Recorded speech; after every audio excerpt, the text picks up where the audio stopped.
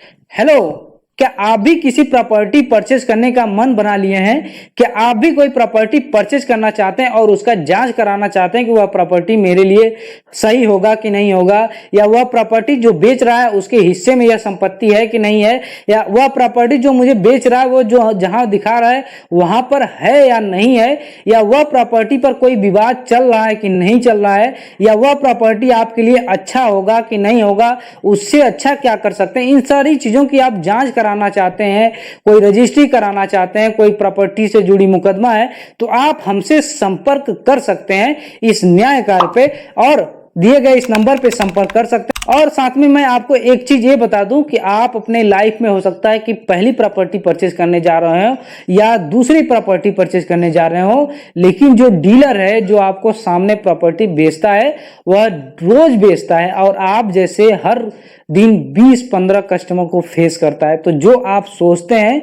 उनसे कई गुना ऊपर वह सोचते हैं। इसी कारण बहुत से ऐसे भी डीलर होते हैं, मैं सबको नहीं कह रहा हूं, कुछ ऐसे डीलर होते हैं जो लोगों की जिंदगी के गाढ़ी कमाई का हिस्सा चुटकी में उड़ा देते हैं। तो जानकारी आपको जरूर लेनी चाहिए और किसी भी प्रॉपर्टी को परचेज करने से पहले उसकी निष्पक्ष तरीके से जांच कराने के लिए आप हमसे संपर्क कर सकते हैं, या आप अपने क्षेत्र के करीबी एडवोकेट से संपर्क करके निष्पक्ष तरीके से किसी भी प्रॉपर्टी को खरीदने से पहले जांच कराएं। कौन कौन सी चीजों का जांच कराना चाहिए, कौन कौन सी चीजों पर आपको ध्यान देना चाहिए, उसके बारे में अब हम चलिए बात कर लेते हैं। तो अब लैपटॉप स्क्रीन पे आपको कुछ ऐसी चीजों के बारे में मैं बताऊंगा जो आप अपने से खुद जांच कर सकते हैं, और कुछ ऐसी चीजें होती हैं जिनके लिए आपको एक एडवोकेट का सहारा लेना पड़ता है। और लेकिन मैं आपको एक चीज और बता दूं, अगर आपने यह चीजें जांच कर लिया तो आप निश्चिंत हो जाइएगा, आपका प्रॉपर्टी किसी विवाद में नहीं होगा, और इस चीज का जांच करने के बाद आप निष्पक्ष तरीके से प्रॉपर्टी को खरीद सकते हैं। तो चलिए शुरू करते हैं। तो किसी भी प्रॉपर्टी को परचेस करने से पहले कुछ 4-5 पॉइंट है, उसको अगर आपने ध्यान दे लिया तो आपके साथ में इस तरीके की समस्याएं नहीं होंगी।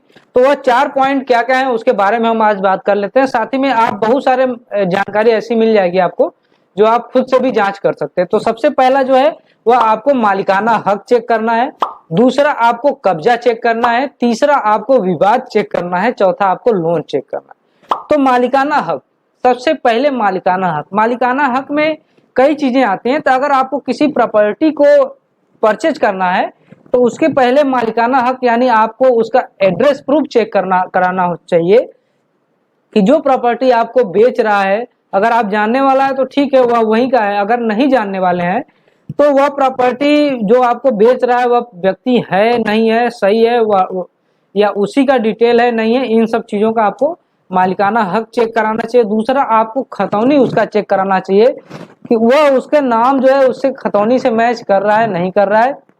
तीसरा इसमें पॉइंट होता है खतौनी में हिस्सेदारी। तो खतौनी में हिस्सेदारी भी चेक करनी चाहिए कि उसका हिस्सा कितना है कितना नहीं है। अगर आप खतौनी में हिस्सेदारी कैसे निकालते हैं इसको आप जानना चाहते हो तो मेरे पिछले वीडियो में आपको डिस्क्रिप्शन में लिंक भी दे दूंगा, तो उसमें भी आप जांच कर सकते हैं और चेक कर सकते हैं कि उसकी हिस्सेदारी कितनी है। हाँ, चौथा जो चीज है वो IGRS है। IGRS यह देखिए गवर्नमेंट की एक बहुत अच्छी वेबसाइट है। 2017 से आज तक में किसने प्रॉपर्टी खरीदी है, कितने बेची है, कितने रुपए में खरीदा गया है, किसने बेचा है, कौन गवाह है, यह सारा डिटेल आपको इस IGRS के साइट पे मिल जाएगा। इसके बारे में मैं आपको पूरा ब्रीफ करूंगा कि किस तरीके से आप इसका डिटेल निकाल सकते हैं। उसके बाद जो है 4145 एक चकबंदी मुआयना होता है कि आज प्रॉपर्टी भूमि अधिकार में भले हो सकता है कि 30 साल पहले वह प्रॉपर्टी कोई बंजर रहा हो, कोई आबादी रहा हो और उसको किसी को पट्टा हुआ और पट्टा बेच दिया, क्योंकि जो कुछ ऐसी जमीनें होती हैं जो किसी को दिया जाता है उसका बेचने का अधिकार नहीं होता है। तो इस तरीके से उसको आपको 4145 से पुरानी जांच करानी चाहिए कि वास्तव में उसका जो है चक्र जो है उस जमीन का क्या था, पहले कौन सी जमीन थी, या उस चकबंदी से पहले किसके नाम पे वह जमीन थी। उसके बाद 12 साल मुआयना होता है। 12 साल मुआयना एक ऐसा मुआयना है जिसमें 12 साल का उस प्रॉपर्टी का पूरा आप डिटेल निकाल सकते हैं कि क्या उस प्रॉपर्टी में हुआ है क्या नहीं हुआ है। तो इस तरीके से आपको जांच करानी है। दूसरी चीज जो है भू नक्शा। आपको जो प्रॉपर्टी व्यक्ति बेच रहा है, हो सकता है वह प्रॉपर्टी दिखा आपको किसी जगह दूसरे पर रहा हो और आपका प्रॉपर्टी वास्तव में कहीं दूसरे जगह हो। इस तरीके के ग्रेटर नोएडा में, वाराणसी में बहुत सारे केस मैंने देखा हुआ है। तो प्रॉपर्टी कहीं और दिखा देते हैं और बेच कहीं और देते हैं, बेच के रफू चक्कर, फिर आप उसमें कोर्ट के चक्कर लगाते रहिए, न आपको इतनी जल्दी कब्जा मिलने वाला है, न आप इतने जल्दी विवाद से खाली होने वाले। तो इस तरीके से आपको भूनक्शा चौहद्दी जो होती है उसको चेक करानी चाहिए कि पूरब, पश्चिम, उत्तर, दक्षिण जो दिशाओं में कौन कौन व्यक्ति हैं, वास्तव में यह भूनक्शा बिल्कुल सही बैठ रहा है कि नहीं बैठ रहा।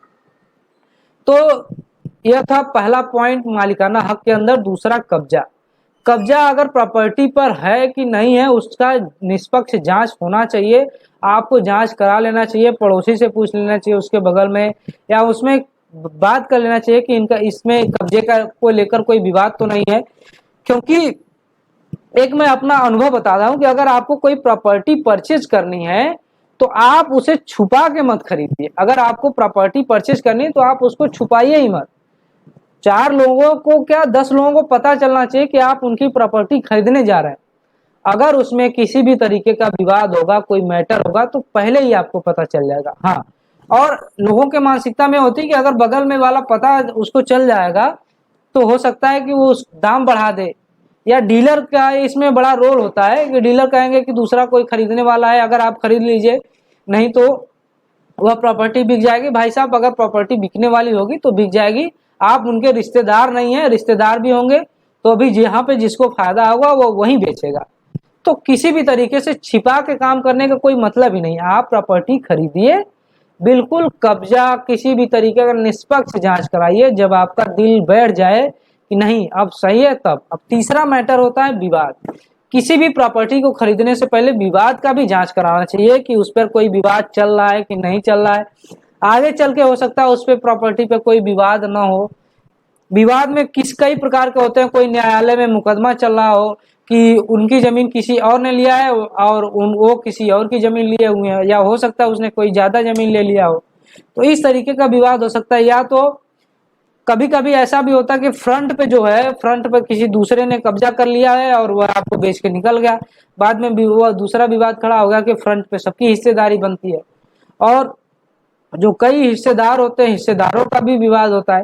तो इस तरीके का विवाद अगर उसमें है कि नहीं है, न्यायालय में मुकदमा कोई चल तो नहीं रहा है, उसका भी आपको जांच करानी चाहिए। उसको भी जांच कराने के लिए आप यूपी भूलेख की साइट है, यूपी भूलेख के होम पेज पे, तो आप अगर जानना चाहते हैं तो मैं उसका डिस्क्रिप्शन में लिंक दे दूंगा। साथ में मैं बस ये आपको दिखा दूं कि किस तरीके से आप, अगर कोई विवाद है कि नहीं है, तो उसको किस तरीके से आपको चेक करना चाहिए। तो उसके लिए भूमि वादग्रस्त है या नहीं है, इस पे आपको जांच करना चाहिए। इसमें आपको सारा डिटेल मिल जाएगा कि मुकदमा कोई चल तो नहीं रहा है, इस तरीके का आप जांच कर सकते हैं। उसके बाद विवाद अगर आपने जांच करा लिया तो चौथा पॉइंट होता है लोन। लोन आपको, उसमें लोन किसका है किसका नहीं है। लोन हो सकता है 12 साल 15 साल के अंदर में कोई लोन लिया गया हो। अगर उसने लोन लिया है और भरा नहीं है, तो अगर आपने उस प्रॉपर्टी को परचेस कर लिया तो उसकी जिम्मेदारी आपकी हो जाएगी। तो इस तरीके से आपको उस प्रॉपर्टी पे लोन है कि नहीं है उसको भी जरूर चेक करा लेना चाहिए। तो इन सब चीजों को अगर आपने चेक करा लिया तो आप निष्पक्ष और बिल्कुल आराम से उस प्रॉपर्टी को खरीद सकते हैं। मुझे उम्मीद है कि इसमें मैंने और कोई चीजें छोड़ा नहीं है। कुछ और चीजें अगर छूटी हो तो आप कमेंट करके बता सकते हैं, लेकिन इतना अगर आपने जांच करा लिया तो आप एकदम तसल्ली से आप प्रॉपर्टी को परचेज कर सकते हैं। और संपत्ति खोजें, एक चीज में IGRS में मैं बताना चाह रहा था कि कभी कभी ऐसा होता है ना कि लोगों को लगता है कि वह प्रॉपर्टी, अब कोई ऐसे भी मामले आ जाते हैं कि 10 दिन पहले ही वो प्रॉपर्टी किसी दूसरे को बेचा है और उसके बाद आपको भी बेच दिया और भूलेख पे खतौनी में नाम चढ़ा ही नहीं। तो उसके लिए ही IGRS आपका बहुत लंबा अच्छा काम करेगा। तो मैं उसको बता देता हूँ आपको। उसके लिए आपको कैप्चा फिल करना होगा, ID आप जनरेट कर लीजिएगा। उसके बाद आप देखिए, उसके बाद यहाँ पे आपको जनपद सेलेक्ट करना होगा। जैसे मैं एक वाराणसी का सेलेक्ट कर लेता हूँ। वाराणसी सेलेक्ट करने के बाद यहाँ पे आपको खतौनी संख्या डालना होगा। 2017 से 2022 तक के इसमें सारे डिटेल निकाल सकते हैं बड़े आसानी से। इसमें आपको ग्राम सेलेक्ट करना होगा। तो ग्राम में मैं चेक सेलेक्ट कर लेता हूँ। ग्राम, देखिए ग्राम है, ये मैंने सेलेक्ट कर लिया। और ये यहाँ से आपको कैप्चा फिल करना है। उसके बाद देखिए मैंने इसमें डिटेल डाला, 2022 में इन्होंने कितने लोगों को प्रॉपर्टी बेचा है, खरीदा है, इसका सारा डिटेल आपको देखने को मिल गया। इस तरीके से आप जांच कर सकते हैं। और मैं आपको ये भी बताऊं, अगर आप इसमें चाहते हैं कि इनकी जो है इन्होंने कितने रुपए में प्रॉपर्टी खरीदा है, गवाह कौन है, कितने रुपए का स्टाम्प लगाया हुआ है, यह सारा डिटेल और प्रॉपर्टी के पेपर आपको निकालना है, तो भी आप यहीं से ऑनलाइन अप्लाई करके निकाल सकते हैं। और इसमें और डिटेल में आपको दिखाऊं तो देखिए आप घर बैठे ही अपने लैपटॉप पे, अपने मोबाइल पे ये चीजें चेक कर सकते हैं कि कौन प्रथम पक्ष है, यानी किसने आपको बेचा है, और कि कौन द्वितीय पक्ष है, यानी किसने खरीदा है, इसमें गवाह कौन है, कितने रुपए में खरीदा बेचा गया है। इस तरीके के आप डिटेल बिल्कुल आसानी से निकाल सकते हैं। और प्रॉपर्टी को परचेज करने से कभी कभी इस तरीके की धांधली जो होती है उससे आप बच सकते हैं, और एक अपने जीवन के लंबी कमाई के हिस्से को भी बचा सकते हैं। तो जानकारी अच्छी लगी होगी तो आप जरूर लाइक करिएगा वीडियो को, और चैनल को सब्सक्राइब करिएगा। इसी के साथ में मैं आपको इलेक्ट्रॉनिक्स की कुछ चीज़ें आपको लेके आने वाला हूं। तो मिलते हैं किसी नेक्स्ट वीडियो में, तब तक के लिए जय हिंद। हेलो, क्या आप भी किसी प्रॉपर्टी परचेज करने का मन बना लिए हैं? आप अपने लाइफ में हो सकता है कि पहली प्रॉपर्टी परचेज करने जा रहे हैं, या तो जो आप सोचते हैं उनसे कई गुना ऊपर वह सोच, जो लोगों के जिंदगी के गाढ़ी कमाई का हिस्सा चुटकी में उड़ा देते हैं। तो अगर आपने यह चीजें जांच कर लिया तो आप निश्चिंत हो जाइएगा। हो सकता है कि 30 साल पहले वह प्रॉपर्टी कोई बंजर रहा हो, कोई तो प्रॉपर्टी कहीं और दिखा देते हैं और बेच कहीं और देते हैं, बेच के रफू चक्कर। अगर आपको प्रॉपर्टी परचेज करनी है तो आप उसको छुपाइए ही मत।